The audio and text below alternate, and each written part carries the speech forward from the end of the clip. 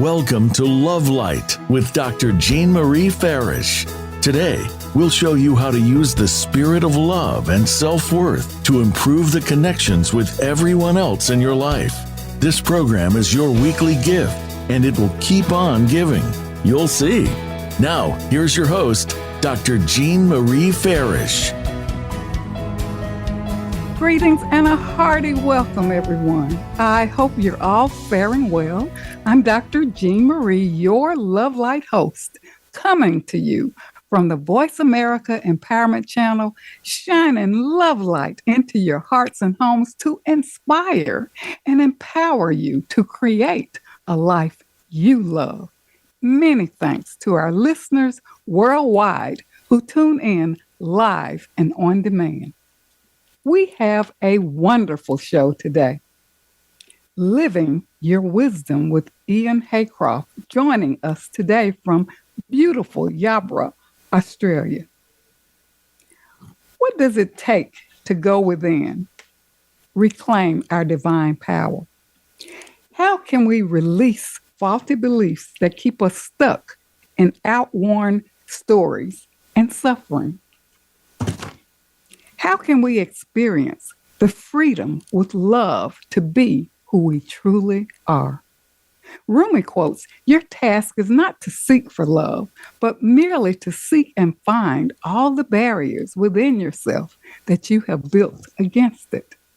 And our amazing guest, Ian Haycroft, will show us how to reach our inner wisdom and the power within to understand who we truly are. Ian is the founder of the Clear Mind Way. He's a master kinesiologist who serves with love and a pathway to freedom. He's a mentor who supports individuals, organizations, and communities to awaken to what most authentically expresses who they really are and what they want to do to achieve, and to see they are divine and infinite awareness. Ian says when you experience this, life changes. Furthermore, communities that build peace will have at their foundation love, trust, and wisdom. So now I am honored to welcome our amazing guest, Ian Haycroft, on our show today, Living Your Wisdom. Ian, welcome to Love Light. Thanks, Jean Marie. It's wonderful to be here.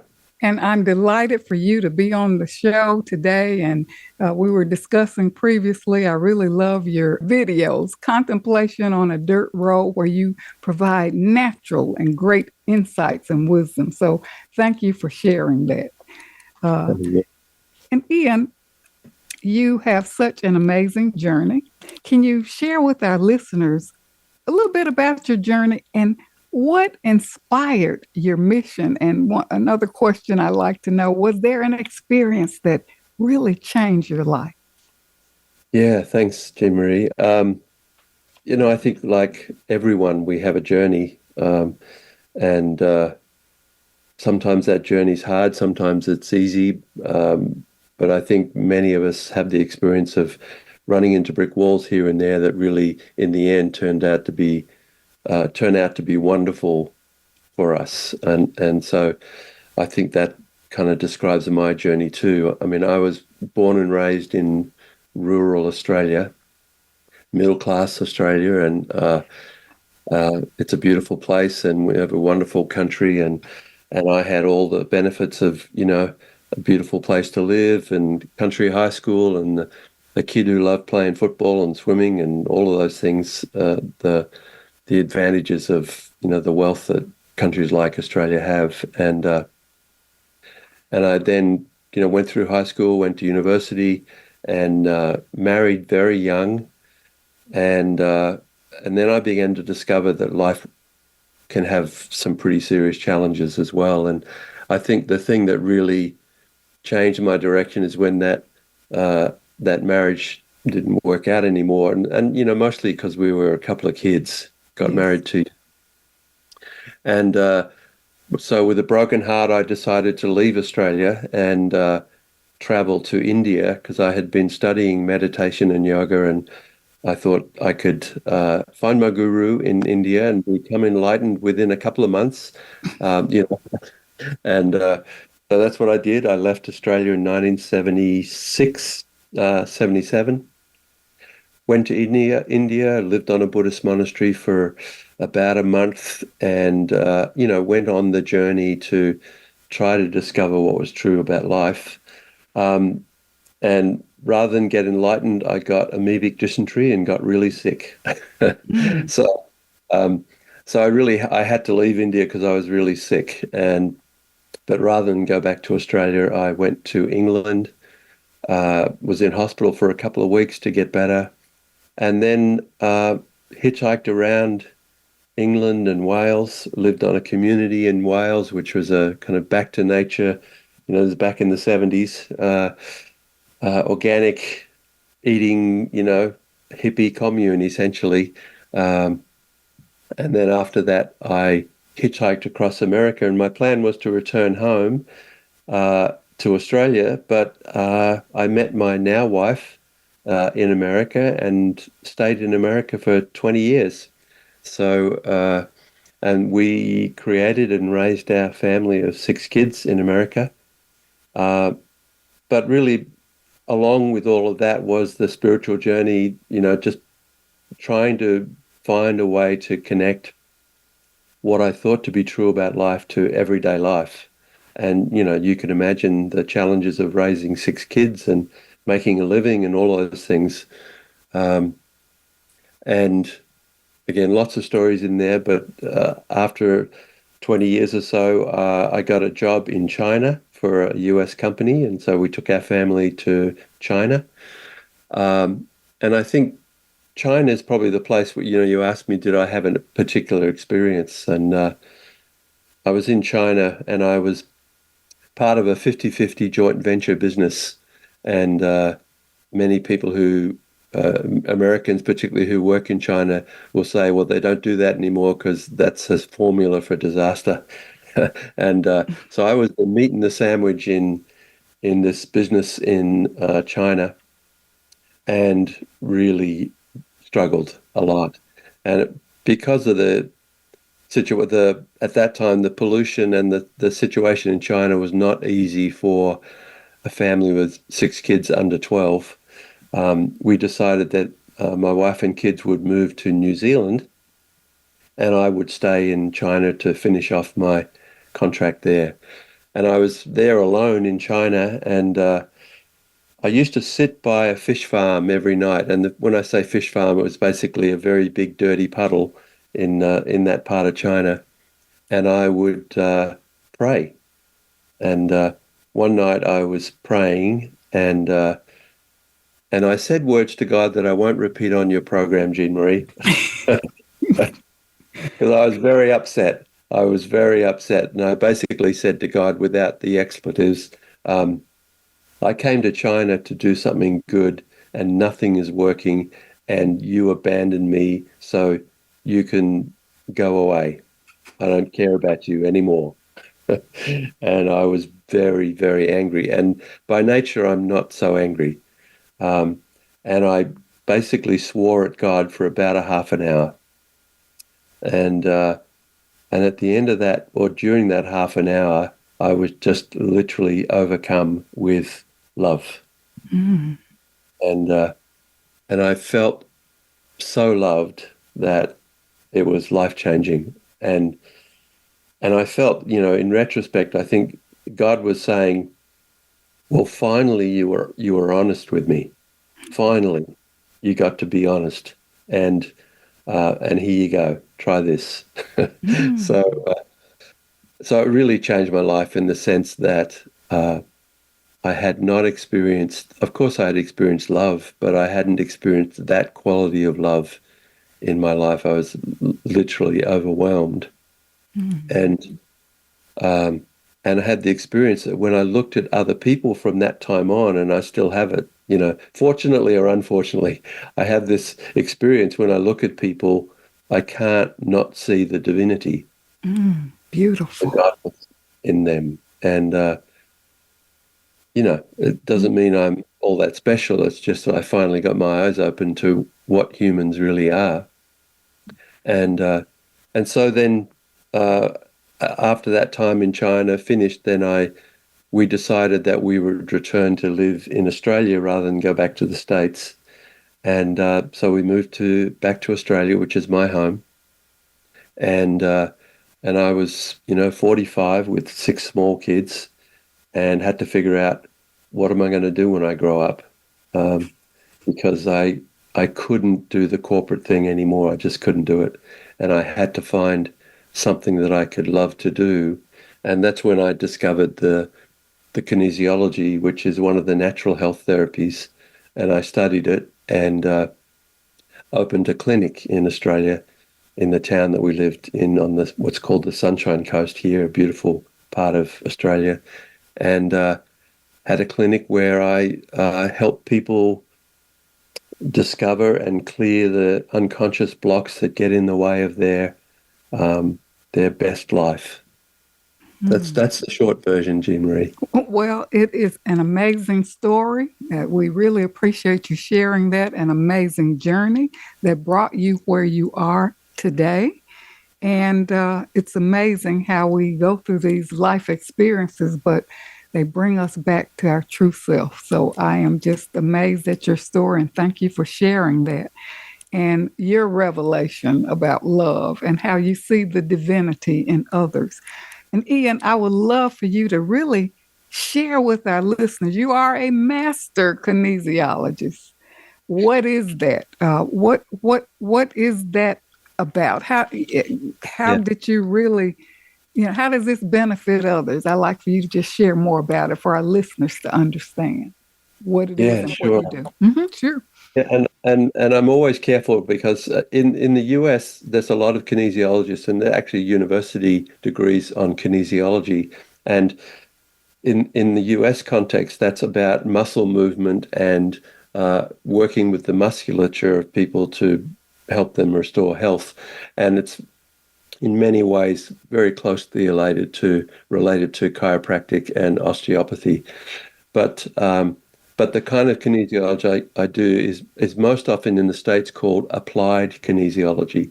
And so it's more using a muscle testing technique. And I think a lot of people listening will have experienced the muscle testing technique with chiropractors and osteopaths, where they will often, push a leg or an arm to test the muscle's response to certain stimulus.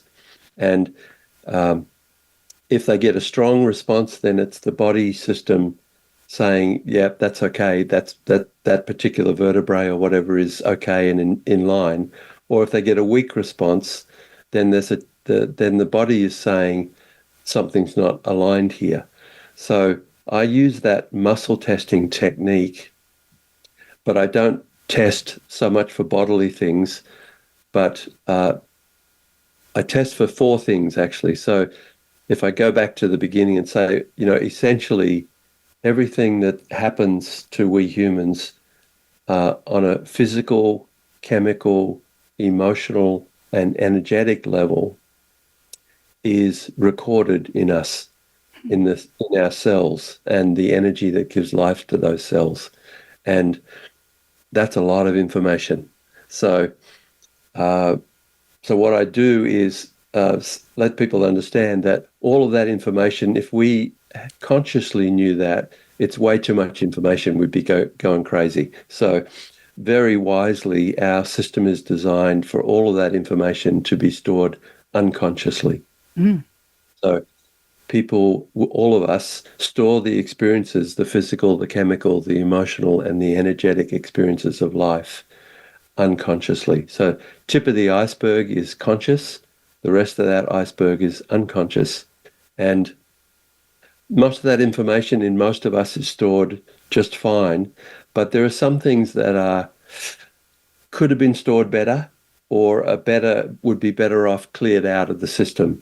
So I use the muscle testing technique to ask the mind-body system, show us what's out of alignment, physically, chemically, emotionally, and energetically. And I focus in my work on the emotional and the energetic elements of the unconscious. Beautiful. Is it like the emotional freedom, releasing the unstuck or trauma or energy that's within our bodies and in ourselves? Yes, it is, right? So, I mean, and I think most people can really understand this. As an example, um, I think lots and lots of people really suffer from strong self-criticism, right? Strong self-judgment. It's almost like an epidemic in the world. And so much of that has its origins in our early life experience, right? So, I mean, every psychologist, psychiatrist will talk about these early life experiences. So they're all held in the unconscious. And again, I'm not critical of those wonderful psychologists and psychiatrists. I just use a muscle testing technique to help discover those and to help people deal with them. Yeah. Well, Ian, we're going to learn more about your techniques. We're going to learn more about the concept of living your wisdom in our second segment. But right now, we're up for a brief commercial break. So for our listeners, stay tuned for more on Living Your Wisdom with Ian Haycroft. Joining us today from Australia, he's the founder of the Clear Mind Way, master kinesiologist, and he serves as a mentor who supports individuals, organizations, and communities. So stay tuned for more. We'll return shortly.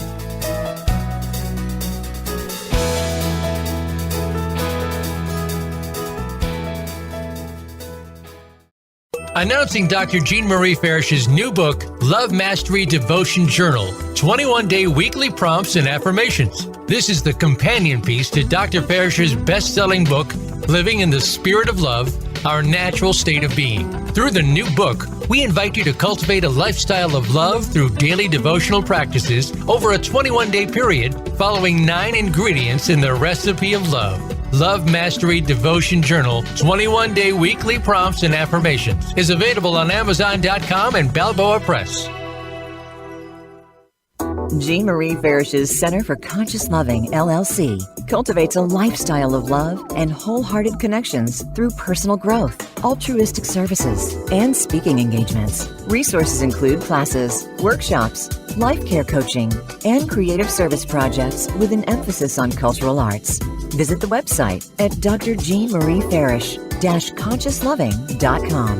That's drjeanmariefarish-consciousloving.com, or click the link on the Love Light show page. Best-selling authors international news honors best-selling authors around the globe. Dr. Jean Marie Farish is featured in the newly released issue of Published magazine. To have first access to this treasured resource, go to publishedmagazine.com. Vicki Winterton and Dr. Jean Marie Farish have compiled a dynamic book, We're All in This Together, Embrace One Another, an anthology with 24 highly diverse co-authors who share how to spread the message of love, resilience, inclusivity, and compassion. This book is an invaluable source of uplifting, inspiring, and positive insights for spreading positivity in the world. We're All in This Together, Embrace One Another is available on Amazon.com. Be sure to get your copy today. Follow Voice America at Facebook.com/Voice America for juicy updates from your favorite radio shows and podcasts.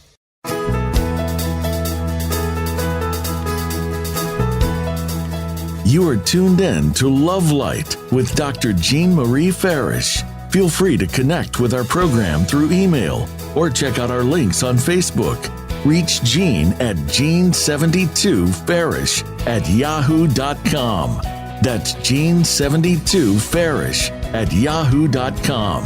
And now, back to Love Light.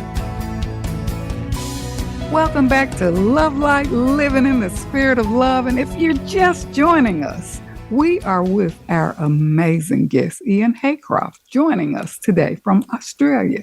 Ian is a master kinesiologist. He's the founder of the Clear Mind Way, and he serves as a mentor who supports individuals, organizations, and communities. And before we went on break, Ian was sharing with us in our first segment not only about his story, his journey, but about his work as a gifted master kinesiologist. So, Ian, please pick up where you left off to enlighten us on your gift and talents and how you work with others, perhaps sharing some stories and outcomes. Yeah, thanks, Jean Marie. And I should say there's lots of wonderful kinesiologists around. So, and I love this work. And I really often work together with, psychologists and others to support that work. So it's not an instead of, but together with approach. But, how I work with a client in my clinic, someone might come along, and I'll give you a few examples. I've worked with people, for example, who suffer from claustrophobia, right? They can't be in confined spaces. It just makes them go into a panic attack. And, those who have had panic attacks know they're no fun at all. In fact, I often say people who say to people who are having a panic attack, just calm down, are people who've never had a panic attack. So it's very hard, just calm down, right? So, often people will wonder, why do I have this fear of a confined space? And again, there's no, simple formulas because of this and that, but usually it's related to some experience, often in our younger years. And I one example of a lady who was very successful in business and was promoted, but then that promotion meant she had to travel, and she was absolutely petrified of airplanes, couldn't get on airplanes. And she said, I need to change this. I got to change this. And so, I worked with her, and the muscle test, a lot of people have seen that, where you get a person holds their arm out and you can get a strong response or a weak response. So we get a yes and a not yes. And I have a lot of charts on my wall, which basically just gives me a guideline to ask, get more and more specific in asking the mind-body system, what is the issue connected to this? Show us that. And to give you a very brief summary, in this particular case with this lady, I was testing, and I got about the age of 7. I said, what happened when you were 7? And she just went white as a ghost and said, how did you know that, right? And it's just by using a muscle test, we can test what age certain events happen. At 7, she had been swimming and essentially drowned, went under and had to be pulled out of the water and resuscitated, which you can imagine is a very, very scary thing. And so that fear, our unconscious is beyond time and space. So that fear emerges when she, in this case, it wasn't confined spaces. It was aeroplanes fly over water, and her fear was connected to water. As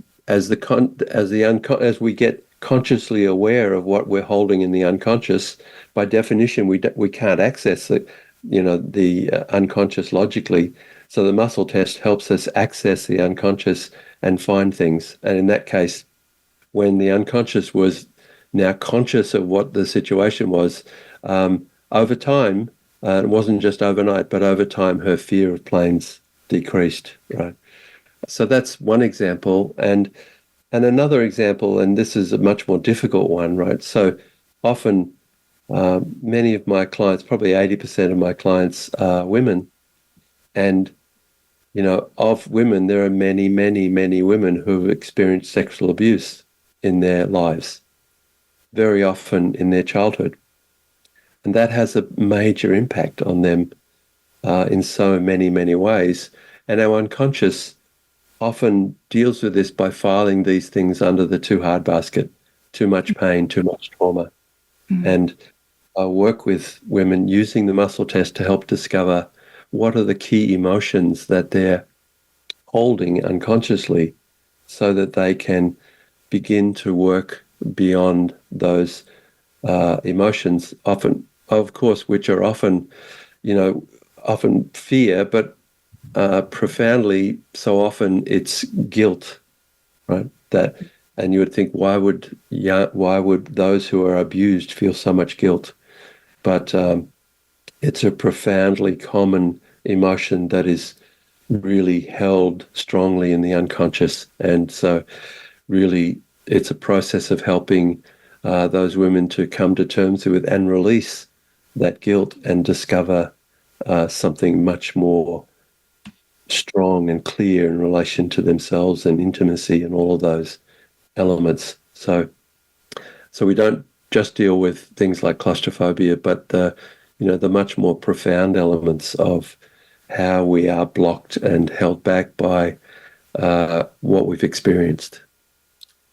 Those are excellent examples, and even with the outcome, my question to you is this: is it finished? Is it sustainable? Do people go back and contemplate these stories associated with the trauma? Is it finished? Well, I think, again, I don't want to portray it as something magical, right? I've found it, okay, everything's cured. But I think one element of the nature of the unconscious is it holds on to things in order to protect us. And so a 7 or 8 year old doesn't have any way to deal with the kind of traumas that often they experience. And those 7 or 8 year old reactions often are triggered, and people wonder, why am I so afraid? Why am I so unable to move? So when we can access what that is, the unconscious can let it go, right? Mm-hmm.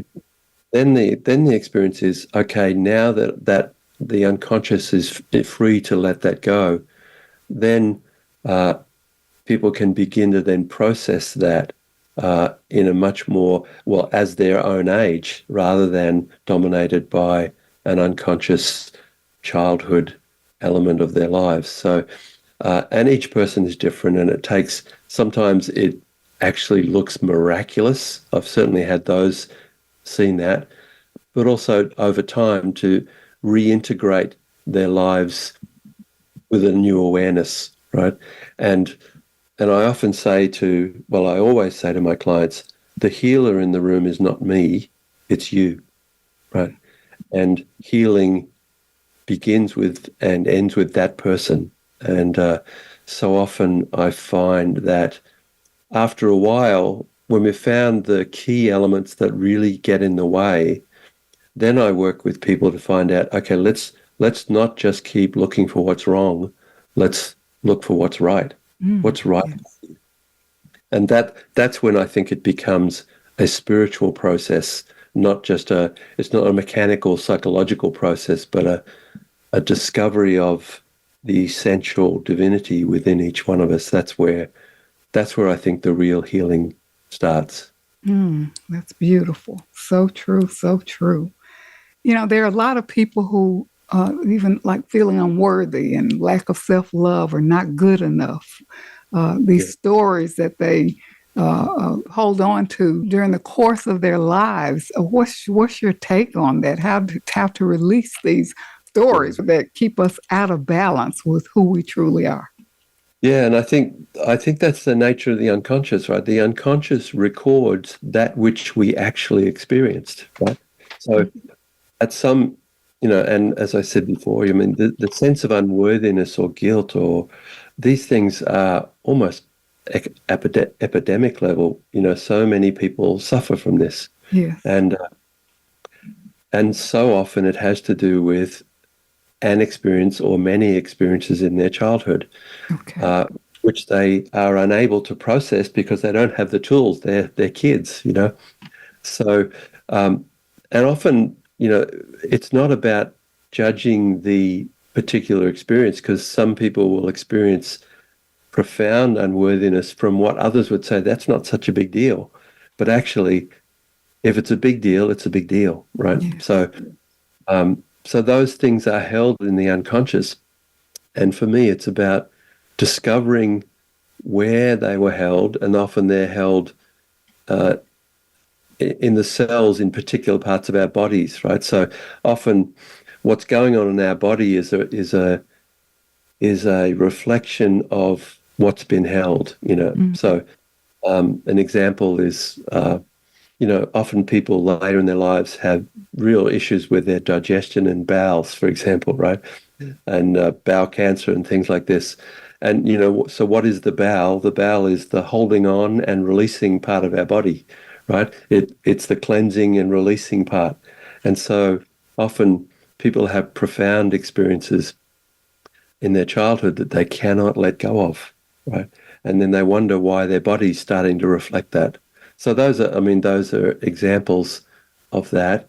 And so, again, I use the muscle technique with clients to help discover what is that's being held, what is the nature of that vibration, that emotion, and where is it being held in the body. And once, my experience is that once people are consciously aware of that, then the healing begins.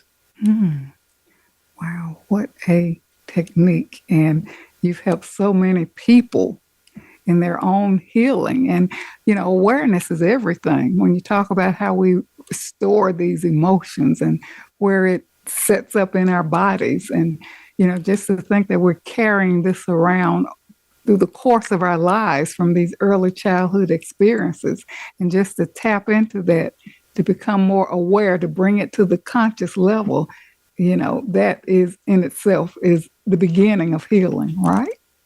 Yeah, no, I think so, and that's where for me it moves from the discovery of the unconscious to the discovery of that which is even deeper than the unconscious, which is what I'd call our original nature or our divine nature.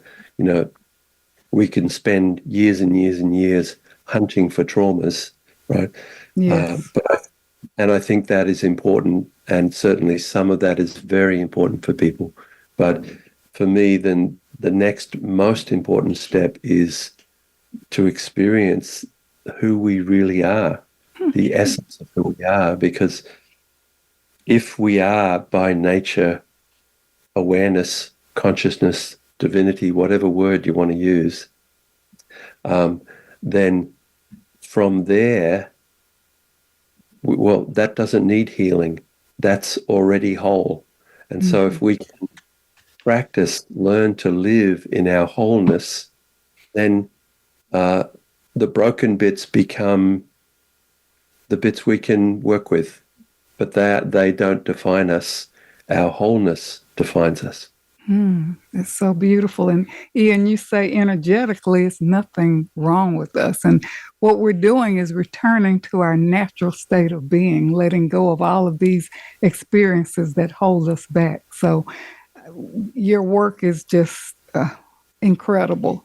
And to help people release and have that freedom to be who they truly are, that is truly amazing. So we really applaud you on your work and your natural gift to help people, bring these things to their awareness so they can heal and become who they truly are. Yeah, no, thank you. And again, I'd say, like, there are so many people doing good work like this, right? So it's certainly not just me. There's so much good work happening. I think the bit that perhaps is, for me, is what I've come to discover is that the healing, the trauma work is very, very important. But the next step, the spiritual work to discover who we truly are, that's the bit that I really focus on these days more than I did, just because I think that's the essential point. I love that. I really love that. And I think you indicated in your work that when you really know who you are, it's like you this is transformation in itself. So I love what you're doing in terms of the spiritual aspect, to really return to that natural state of love and infinite awareness, and to reclaim our power and to be who we truly are. And at the core, that is love. Yeah, no, and I think one of the amazing and wonderful byproducts of that is, as you discover it more and more in yourself, you realize you're surrounded by people who are exactly that. You're surrounded by people who are divine, that actually everyone is that. So suddenly suddenly or slowly, because people come to this, in different ways. But what happens is that you realize everyone is this. Everyone. We're not different, actually. We are the same. We are fundamentally love. I love that. Makes life very different. It sure does. Beautiful. Well, Ian, and to our listeners, we're ready for another brief commercial break. And we're going to dive into what living your wisdom really is with Ian. So stay tuned for more on Living Your Wisdom with Ian Haycroft. Joining us from Australia, he's the founder of the Clear Mind Way, master kinesiologist, and he's a mentor who supports individuals, organizations, and communities. Stay tuned. We'll return shortly.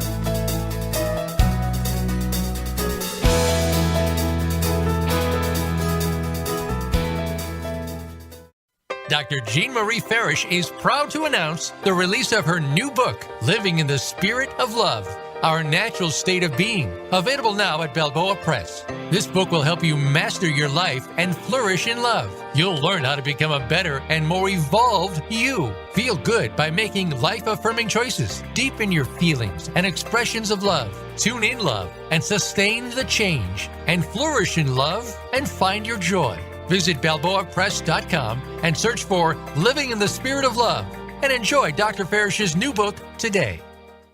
I'm Judy Satori. I'm a spiritual channel and activator of human potential. You might have heard me speaking on the Voice of America on Dr. Jean Farish's show, Love Light, because I've been speaking about the challenges that are besetting all of us right now and how we can surrender but also keep on going. I want to invite you to join my new Facebook group that is devoted to heart-centered connection and unity. Through this Facebook group, you can also join my free access question and answer session with Spirit on the first Wednesday to Thursday of every month. Just search Ascension Community on Facebook to join the group. In this session, I answer questions and transmit energy from Spirit to give you guidance and support.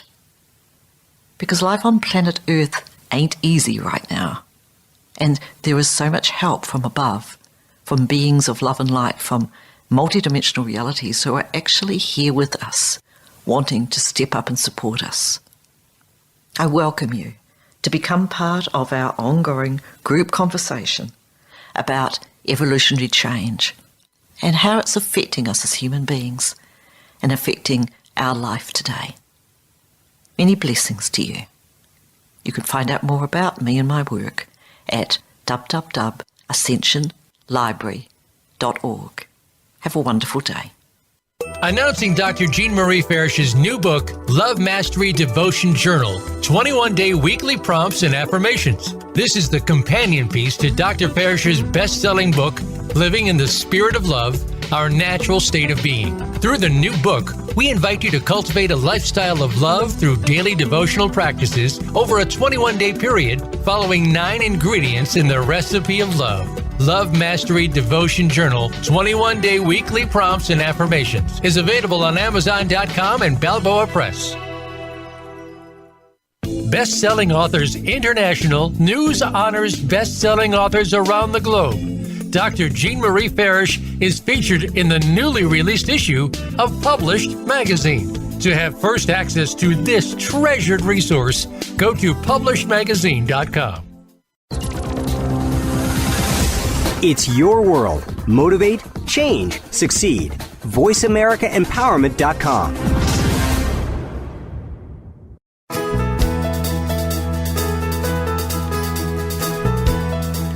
You are tuned in to Love Light with Dr. Jean Marie Farish. Feel free to connect with our program through email or check out our links on Facebook.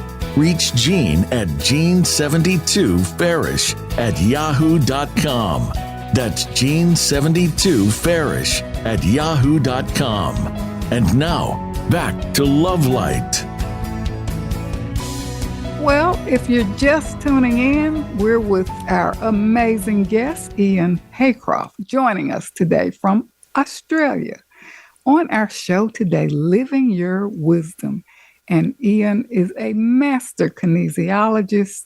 He's the founder of the Clear Mind Way. So, Ian, thank you so much for sharing your natural gift as a master kinesiologist and those interesting stories of how you work with people and the outcome, and showing us that we are divine love at our core. So this brings us to our talk about what is living your wisdom. How does that, what does that look like and feel like, and how do we get there? Yeah, great question, right? And I think I often say to people, if this was easy, we'd be living in a world of peace already, right? So obviously, this is something that we humans have been working on for thousands of years. So I don't pretend to say, look, I've got a magic formula, follow the next 3 steps and you'll be living your wisdom, right? But I think for me, the essence of it is that, when we experience who we really are, which is, I think the key point is, it's not an intellectual process, it's an experience. That if we open up to, and we were talking before, Jean Marie, about walking in nature, right? Yes. I think people often go, well, what is that experience? And I think actually it's right in front of us. It's right with us and we don't notice it, right? So if you think about being in beautiful parts of nature, often, you'll stand at the ocean or in the forest or whatever, and you'll take a breath, right? It's like, wow, right? And I go, that one, that's it. That is the experience is no more mystical than that, meaning it's right there with us. We are, right? We exist. We are conscious, right? And so I think once we become aware, oh, I am that, I'm that breath, right? It's like, wow, I exist. Then as we open up to that experience, then it kind of envelops us more and more that we exist, we are. And as we sit with that quietly, and often that's why people go, well, meditation is very important, right? And I think that's true. And a lot of people, and I love so many meditation techniques, it's the opportunity or the practice of being still, being quiet, and allowing the experience of who we are to show itself. Now, but meditation is not the only way, right? That's an example of the practice of being still enough to experience who we really are. But if that's a walk in nature, if that's a good cup of coffee, if that's prayer, traditional or otherwise, if that's singing, if that, whatever it is, we have actually so many unique pathways to experience who we really are. So for me, that's step one, is just being open and listening for the experience of who we really are. And when we do, and I often say it's like a giraffe, it's hard to explain, but you'll know it when you see it. When we experience that, then it's just about, okay, how do I live that?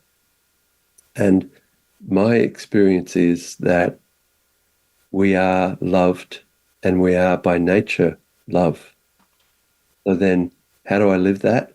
Well, in every moment, how do I treat people, So how do I treat the person who puts my groceries in the bag? How do I treat the mechanic who fixes my car? How do I treat my kids? How do I treat my wife? How do I treat myself? Right. And it takes practice. Not about being, I'm the perfect example of love in every occasion. No, it's about the practice. So for me, the practice of wisdom is remember who I am and treat people like they are God. And, so if you want to see God, look at the trees and look at other humans. And again, lots of people will say, but there's some terrible humans out there who have done horrendous things, right? And I say, absolutely, right? But at their essence, they are divine. And let's look for that rather than that which is anything but divine. So for me, that's a practice every day, every moment. And over time, we begin to see the changes.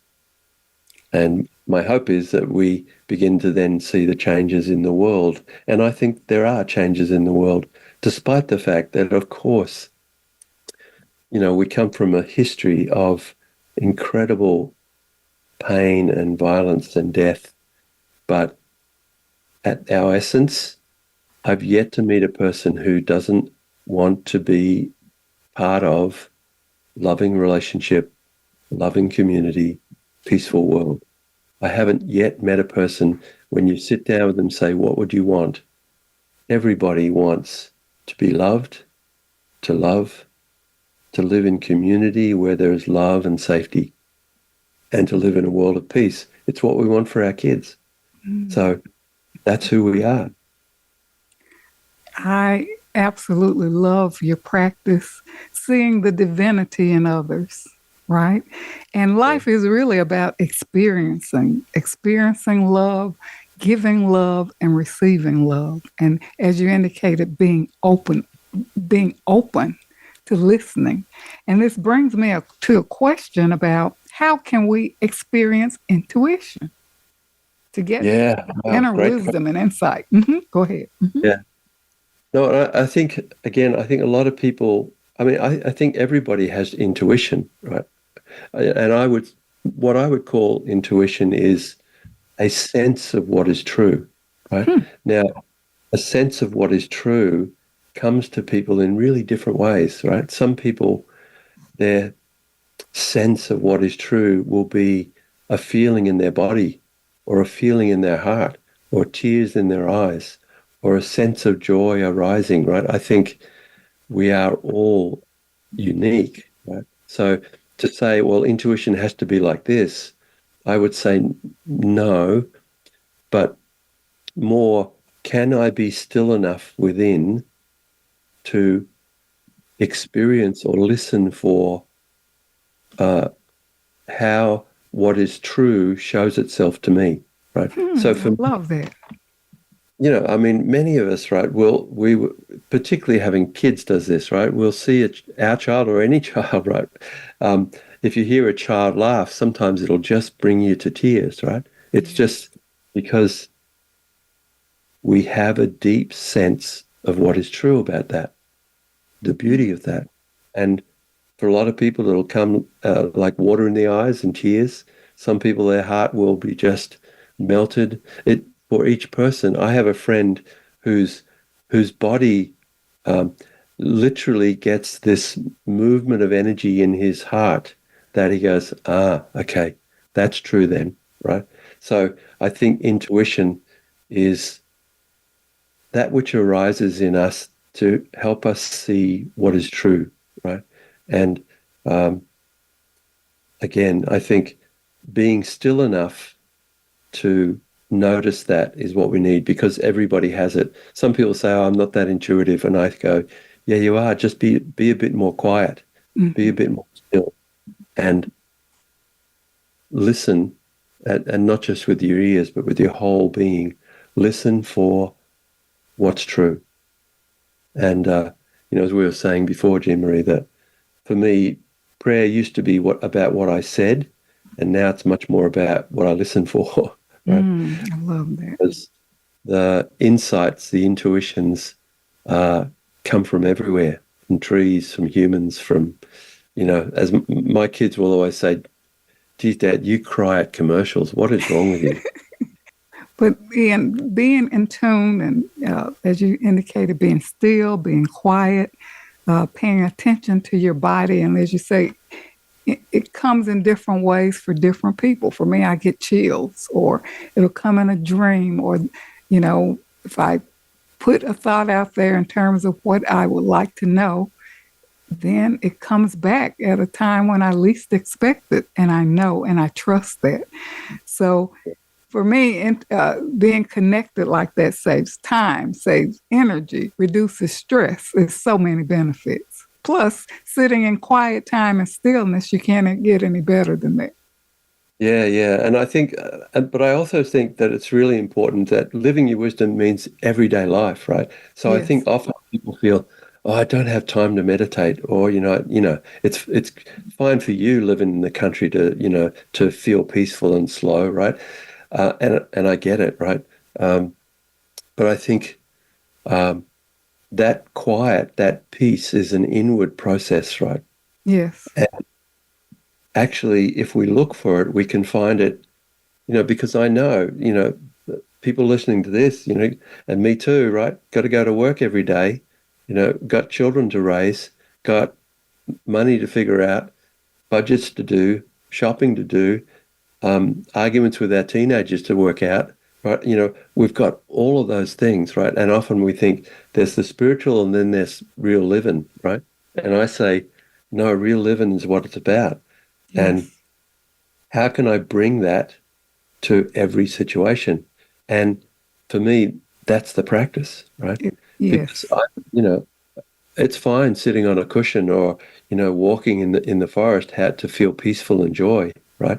And I highly recommend it, right? But, what do I do when I'm in a business meeting and the person across from me hates me or is trying to put me down or, pulling my strings and making me feel upset? You want to have practiced how not to lash out, right? True.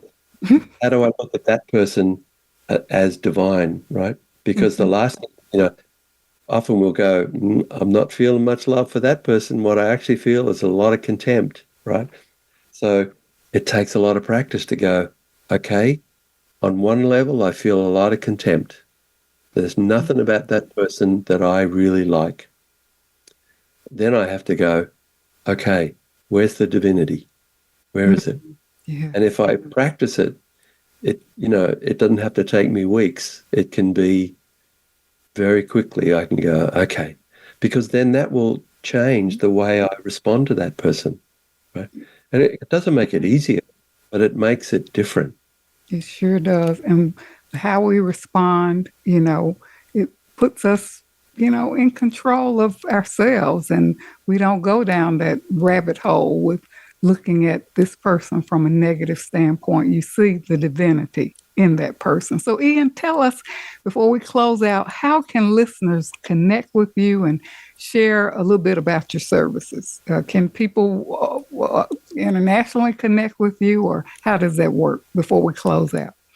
Yeah, no, thank you. Look, so I have a website, which is www.theclearmindway.com.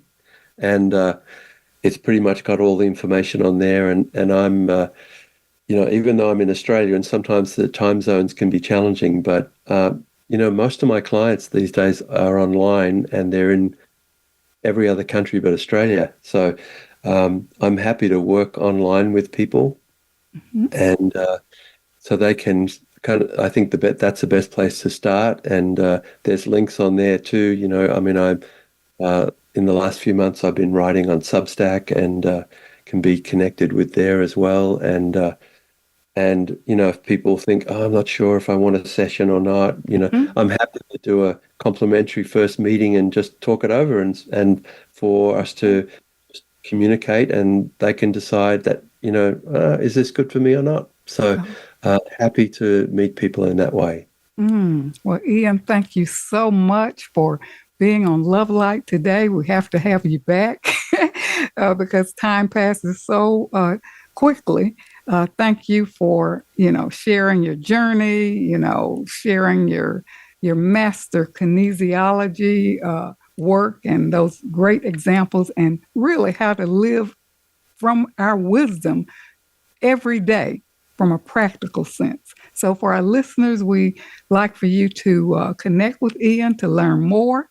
And we invite our listeners to listen back on demand and share our show with others. Thank you, Ian. Thank you. Much gratitude to the Voice America team for making this show a reality and for shining their love light in the world.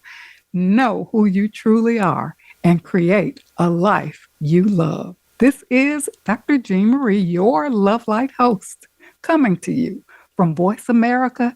And until we meet again, remember, an empowered self is a loving self. And keep your love light shining. We appreciate you and thank you so much for tuning in.